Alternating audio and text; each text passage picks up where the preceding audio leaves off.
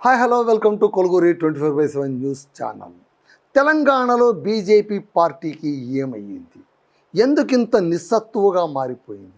ఎందుకింత నిస్సారంగా మారిపోయింది?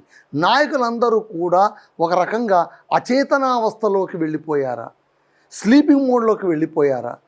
ఒక ప్రతిపక్షంగా ఏమాత్రం చురుకు లేనటువంటి పార్టీగా నిష్క్రియాశీలిగా ఎందుకు మారిపోతుంది అని ఇప్పుడు పొలిటికల్ సర్కిల్లోనూ ఒక పెద్ద చర్చ మొదలయ్యింది. తెలంగాణలోనే ఇప్పుడు ప్రతిరోజు కూడా ప్రతిపక్షం అధికార పక్షం ఏదో ఒక విషయంగా తలపడుతూనే ఉన్నాయి. ప్రెస్ మీట్లు పెడుతూ ఉన్నాయి, ధర్నాలు చేస్తున్నాయి.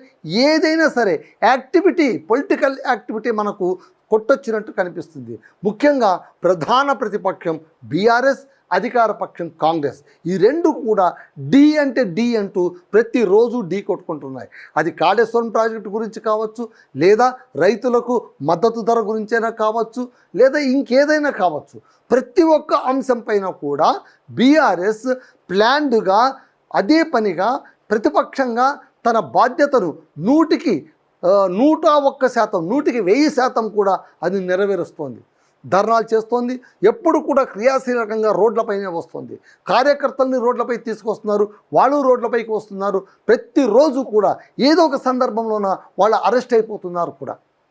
అధికార పక్షంకు వాళ్లకు మధ్య వాగ్యుద్ధాలు నడుస్తూనే ఉన్నాయి. ప్రతి ఒక్క సందర్భంలో కూడా ఇప్పుడు మీరు ఇంకొకటి తీసుకోండి, ప్రతి సందర్భంలో కూడా రేవంత్ రెడ్డి కావచ్చు, కాంగ్రెస్ నేతలు కావచ్చు, ముఖ్యమంత్రి కావచ్చు, మంత్రులు కావచ్చు, వీళ్ళందరూ కూడా పదే పదే ఎవరిని కార్నర్ చేస్తున్నారంటే బీఆర్ఎస్నే కార్నర్ చేస్తున్నారు. పొరపాటులో కూడా బీజేపీ అనేది సీన్లో కనిపించట్లేదు. ఏ సీన్లోనూ మీకు కనిపించట్లేదు. మీరు చాలా జాగ్రత్తగా గమనించండి. ఒక్క యాక్టివిటీలో కూడా ఇది బీజేపీ యాక్టివిటీ, వీళ్ళు చాలా బ్రహ్మాండంగా చేశారు అనేటువంటి యాక్టివిటీ ఒకటి లేదు. ఎందుకు ఇలా మారిపోయింది? ఎందుకింత నిర్లిప్తంగా మారిపోయింది? మళ్ళీ ఇలా నిర్లిప్తంగా మారిపోతే ఈ పార్టీ నాయకులు అనుకున్నట్టు, ఎవరు అధినాయకులు అనుకున్నట్టు, ఢిల్లీ పెద్దలు అనుకున్నట్టు తెలంగాణ గురించి వాళ్ళు చాలా కలలు కంటున్నారు. ఎలాగైనా సరే ఈసారి తెలంగాణలోన భాజపా మనం అధికారం దక్కించుకొని తీరాలి అని అనుకుంటూ ఉన్నారు. వెస్ట్ బెంగాల్లో ఉన్న తృణమూల్ కాంగ్రెస్ని ఎలాగైతే ఓడించామో ఇక్కడ కాంగ్రెస్ని పక్కన పెట్టేసి, బీఆర్ఎస్ని పక్కన పెట్టేసి మేము అధికారంలోకి రావాలి అని చాలా కలలు కంటూ ఉన్నారు. మళ్ళీ ఆ కలలను నెరవేర్చే దిశగా స్థానిక నేతలు కావచ్చు, కార్యకర్తలు కావచ్చు, ఏమైనా ప్రయత్నం చేస్తున్నారా అంటే నిరాశాపూరితమైనటువంటి సమాధానాలే లేదు అనే వస్తుంది. మళ్ళీ ఎందుకు ఇలా అయిపోయింది? ఎందుకు మామూలుగా ఉండిపోతున్నారు? పెద్దగా ఎక్కడ కూడా స్పందించట్లేదు. మీరు చూడండి, ఏ కార్యక్రమంలో కూడా వాళ్ళు స్పందించట్లేదు.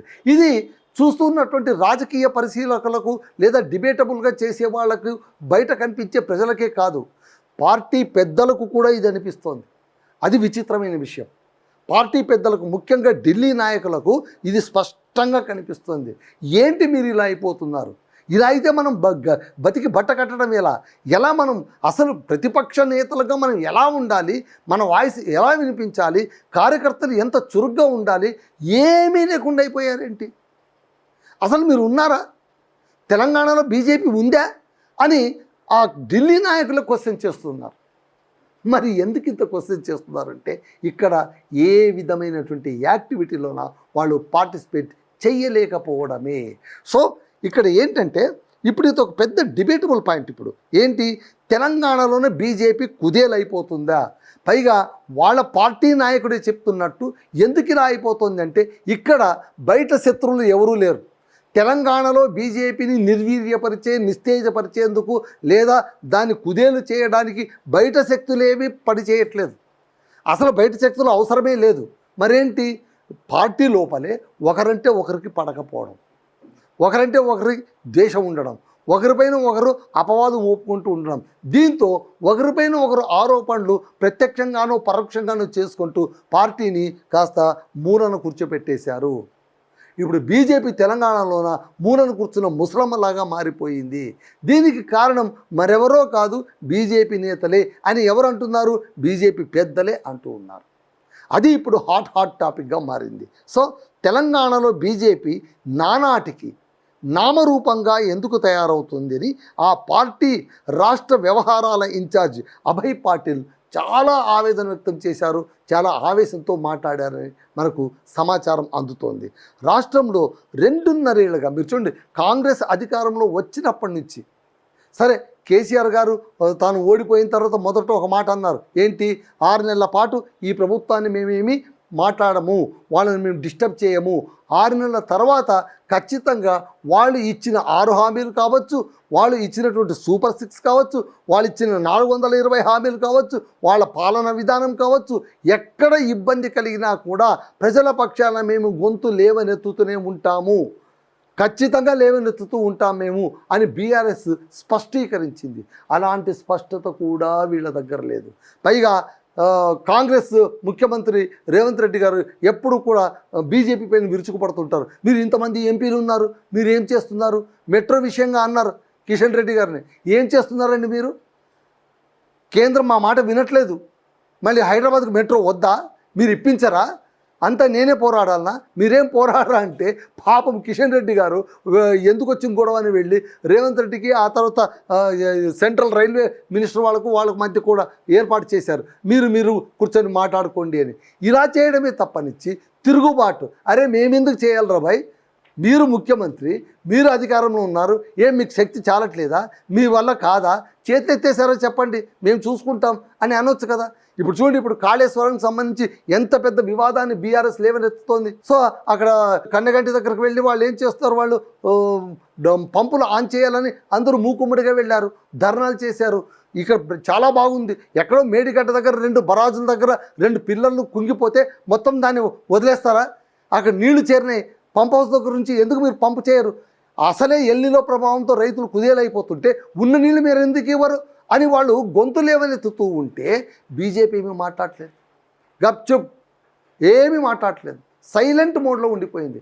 మాకెందుకు వచ్చింది గొడవ అంటే, వాళ్ళు రాష్ట్రంలో ఉన్న నాయకులకు ఇది మా సమస్య కాదు, ఇక్కడ మా ప్రభుత్వం లేదు, మా ప్రభుత్వం లేదు సరే, ప్రతిపక్షంగా కూడా మేము లేమని అనుకుంటుంది, మేము అసలు రేస్లోనే లేము, రేస్లో ఉన్నది బీఆర్ఎస్ కాంగ్రెస్, వాళ్ళు కొట్టుకుంటుంటారు, మనకెందుకు వచ్చింది గొడవ అని నిశ్శబ్దంగా హాయిగా తిన్నామా, పడుకున్నామా, లేచామా అన్నట్టుగా ఉన్నారా అని కామెంట్లు వస్తూ ఉన్నాయి. సో గత 2.5 ఏళ్లుగా కాంగ్రెస్ వ్యవహారాలను, పాలనా వైఫల్యాలను బీఆర్ఎస్ తీవ్రంగా ఎండగడుతూ ఉంటే బీజేపీ మాట కూడా మాట్లాడలేకపోతుంది.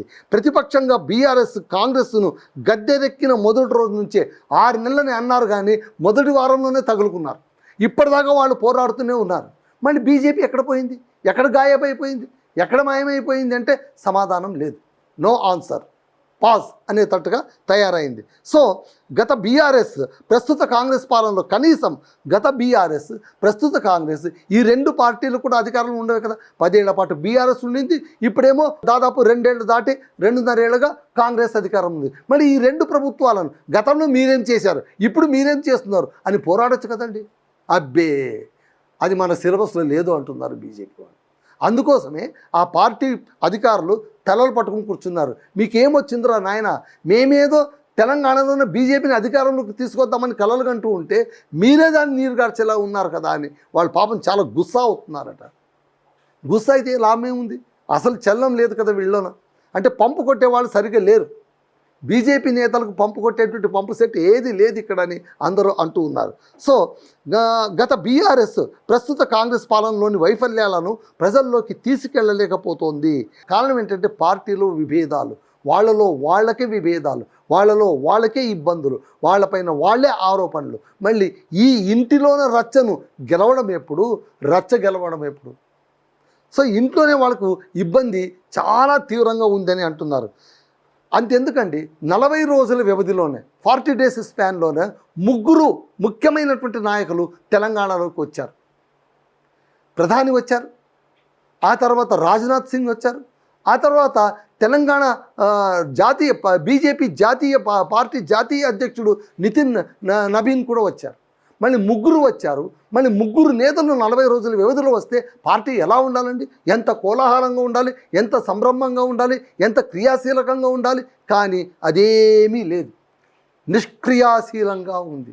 మళ్ళీ ఇంతమంది సాక్షాత్ ప్రధాని వచ్చినా కూడా చెల్లం లేకపోతే ఇంకెవరు రావాలి, ఇంకెవరు వచ్చి వీళ్ళని మేల్కొల్పాలి, ఎవరొచ్చి వీళ్ళు చెవిలో డప్పులు కొట్టాలి అని పొలిటికల్ సర్కిల్లో ప్రతి ఒక్కరు కూడా ఇవాళ అంటూనే ఉన్నారు. సో ఇక్కడ మే 10న నరేంద్ర మోడీ వచ్చారు. జూన్ 12న కేంద్ర రక్షణ శాఖ మంత్రి రాజ్నాథ్ సింగ్ వచ్చారు. అలాగే జూన్ 25, 30 తేదీల మధ్యన బీజేపీ జాతీయ అధ్యక్షుడు నితిన్ నబీన్ వచ్చారు. ఈ ముగ్గురు నేతలు వచ్చినా కూడా ఏమాత్రం చలనం లేకుండా ఉంది తెలంగాణ బీజేపీ సర్కిల్లో అనేటువంటి అపవాదు వీళ్ళే మూటగట్టుకుంటున్నారు. ఎన్నికల ముందు దాకా అంటే ఇక్కడ ఒక ఫినామినా ఉంది. గతంలో ఎన్నికల ముందు దాకా చాలా యాక్టివ్గా ఉండి ఎన్నికలు వచ్చే సమయానికి నీరు గారిపోవడం అనేటువంటిది తెలంగాణ బీజేపీకి మొదటి నుంచి వస్తున్నటువంటి లక్షణం. అంటే ఇప్పుడు క్వైట్ రివర్స్గా మొదటి నుంచి కూడా వాళ్ళు కాస్త సైలెంట్ మోడ్లోనే వెళ్ళిపోయారు. సో పార్టీ లుకలుకలు గమనించి ఆయన హెచ్చరించారు కూడా. ఏమని? పశ్చిమ బెంగాల్లోనే బీజేపీ ప్రదర్శించిన చొరవ మీలో ఉందా అని అడిగారు. ఎవరు? ఆ రాష్ట్ర ఇన్ఛార్జిగా పనిచేసిన జాతీయ ప్రధాన కార్యదర్శి రాష్ట్ర ఇన్ఛార్జ్ సునీల్ బన్సాల్ ఏమన్నారంటే, అరే తెలంగాణ వాళ్ళు, మీరు బీజేపీ వాళ్ళు పశ్చిమ బెంగాల్లోనే బీజేపీ కార్యకర్తలను చూసి కాస్త నేర్చుకోండి అయ్యా అన్నారు. ఎందుకంటే 15,000 మంది కార్యకర్తలపైన అక్రమ కేసులు బనాయించినా కూడా, ఎప్పుడు తృణమూల్ కాంగ్రెస్ ఉన్నప్పుడు మమతా బెనర్జీ 15,000 మంది కార్యకర్తలు బీజేపీ కార్యకర్తలపైన కేసులు బనాయించినా కూడా, వాళ్ళు ఇబ్బందులు పడ్డా కూడా అంత్యస్ఫూర్తితో వాళ్ళు పోరాడారు, ఎదురొడ్డారు, ఇవాళ అధికార పీఠంలో కూర్చున్నారు. మళ్ళీ మీ పైన ఎలాంటి కేసులు లేవు, మిమ్మల్ని ఎలా ఇబ్బంది పెట్టడం లేదు కాంగ్రెస్. మళ్ళీ బడే భయ్యా చోటే భయ్యా అని వాళ్ళు కలుస్తున్నారు. అంటే ఏంటి? కాంగ్రెస్ అంటే రేవంత్ రెడ్డితోనే మీరు మిలాఖత్ అయిపోయినట్టు మీరు భావించేసుకుంటున్నారా అని కొంతమంది అంటున్నారు. సో ఇక్కడ తెలంగాణ బీజేపీ కార్యకర్తలను ఆ క్రియాశీలత లేకపోతే మళ్ళీ ఈ పొలిటికల్ స్పేస్ని ఎలా వాళ్ళు వాడుకోగలరు? ఈ పొలిటికల్ ఎడ్జ్ను వాళ్ళు ఎలా వాడుకోగలరు? వాళ్ళు వాడుకోకపోతే మళ్ళీ అధికారంలో రావడం ఎలా? ఇప్పుడు ఇది $1 మిలియన్ క్వశ్చన్. సో దాదాపు 15,000 మంది కార్యకర్తలు తప్పుడు కేసులతో జైలుకి వెళ్ళినా కూడా ఎదురొడ్డి పోరాడారని ఆ రాష్ట్ర ఇన్ఛార్జిగా పనిచేసిన జాతీయ ప్రధాన కార్యదర్శి రాష్ట్ర ఇన్ఛార్జ్ సునీల్ బన్సాల్ తెలిపారు. మళ్ళీ అక్కడ అలా ఉంది, మళ్ళీ మీరు చూడండి మీరు ఎలా ఉన్నారో, మిమ్మల్ని మీరు ఒకసారి చెక్ చేసుకోండి అని అన్నారు. సో అదండి ప్రస్తుతం తెలంగాణ బీజేపీ పరిస్థితి. చూద్దాం మునుముందు వాళ్ళు ఏమైనా మేల్కొంటారా, క్రియాశీలకంగా ఉంటారా, ఏం చేస్తారో అనేది తెరపై చూడాల్సిన చిత్రం. అదండి సమాచారం. That's all.